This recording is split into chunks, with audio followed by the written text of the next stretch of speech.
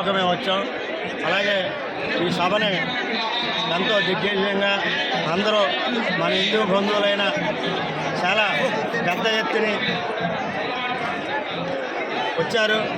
వారందరూ సంఘీభావం తెలిపారు కాబట్టి ఈ సభ చాలా అమూలమైనది. మన హిందూ సమాజాన్ని కాపాడటానికి మన హిందూ ఒక గుడులని అలాగే మన హిందువులు ఇచ్చిన ఒక ఆస్తులని కాపాడడం గురించి అలాగే హిందూ భక్తులందరినీ ఇక్కడికి చేర్చినట్టు మహానీయులందరికీ నేను శిరస్సు వంచి నమస్కారం చేస్తున్నాను. అలాగే హిందూ సమాజం వైపుని మేమందరం మద్దతు తెలుపుతూ ఈ హిందూ సమాజం సమస్యకి మేమందరం కృషి చేస్తామని, ఎప్పుడు హిందూ సమాజానికాలే ఉంటాం, హిందుత్వానికి పోరాడతాం.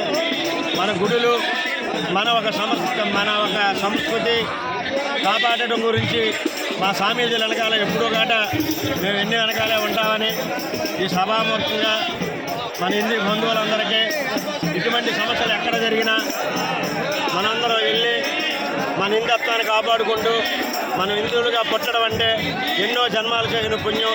అలాగే మన హిందూ సాంప్రదాయకం ఇప్పుడుది కాదు, తరతరాలైన ఇది సాంప్రదాయకం. అనేక మంది మహానీయులు పుట్టారు.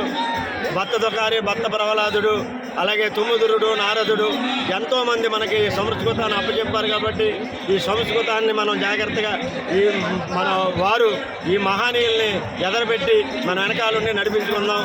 జై హింద్.